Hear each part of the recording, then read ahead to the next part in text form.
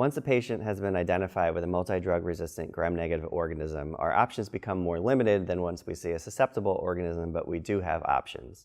There are beta-lactam, beta-lactamase inhibitor combinations such as piperacillin and tazobactam that may be active against some of them. That would be active against some of the ESBLs, though there's a debate whether that is a good option for those infections or not. And some resistant Pseudomonas infections, though it's common for Pseudomonas to be resistant to that as well. We have Carbapenems that can be utilized. Carbapenems are active, they're kind of our most broad spectrum category of antibiotics, and they're active against some of these resistant species. For example, they're active against ESBL-producing organisms. However, obviously, carbapenem-resistant organisms would be resistant to carbapenems basically by definition. There are polymyxin antibiotics, Kalista and polymyxin B. These, in my opinion, are truly terrible options. They're really last-line drugs that we don't use until we absolutely have to, for a couple of reasons. One is that they have significant toxicities. They also have limited pharmacokinetics.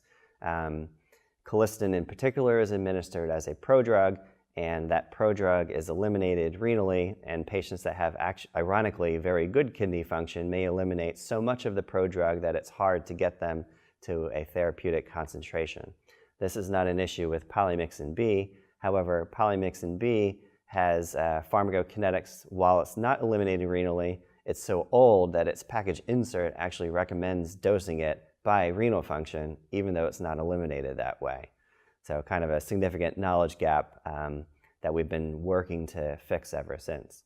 The aminoglycosides are options. However, aminoglycosides have their own toxicities to them, probably a little bit over-exaggerated compared in people's minds compared to how they really are. However, they also have pharmacokinetic limitations. They're not ideal choices of monotherapy, particularly for infections like pneumonia.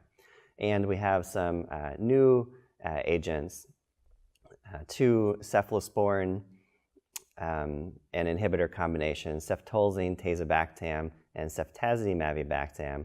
Both of them are active against resistant Pseudomonas. Ceftazidime-avibactam is active against CRE as well and has become a useful agent in those infections. And recently, the drug meropenem-vaborbactam has been approved, which is highly active against CRE infections as well. Recently, there's been a lot of attention to Kalista resistance that has been detected originally in China through the MCR1 gene that's been found in basically agricultural samples of E. coli. And since then, it's been found in other places, which is not surprising. Whenever someone finds something bad, it seems everyone else just needs to look, and then they find out that they have some of the same issues. Now, Kalista resistance is certainly a significant concern because it's a last-line agent, and if you're resistant to that, what are you going to use? However, I think it's an issue that has been around for a long time, and we just didn't know because we didn't look. It is not typical to test isolates in a hospital for Kalista unless you already have an isolate that's resistant to so many other things. So if we start looking back to see how many of those isolates over the last 5 or 10 years are Kalista resistant, I think we'd be surprised at just how often we would see that. Many of our agents that we have available for multi-drug-resistant infections have limitations. Kalista and polymyxin B have pharmacokinetic limitations, including potentially limited penetration into the lungs. There's some controversy as to whether they achieve sufficient therapeutic concentrations when given intravenously. But there's no argument about how nephrotoxic the agents are. They are significantly nephrotoxic. And unfortunately, we're often giving them to patients that are most vulnerable already, who have been in the hospital for a long period of time, who have significant comorbidities, and these drugs can insult their kidneys that have already been insulted from other things.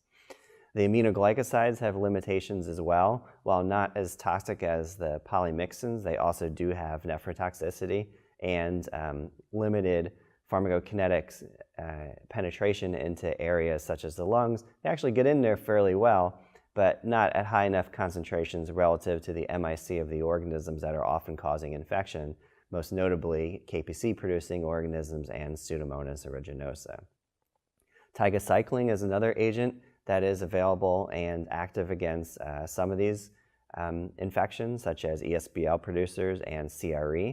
Tigecycline, unfortunately, has a warning for increased mortality.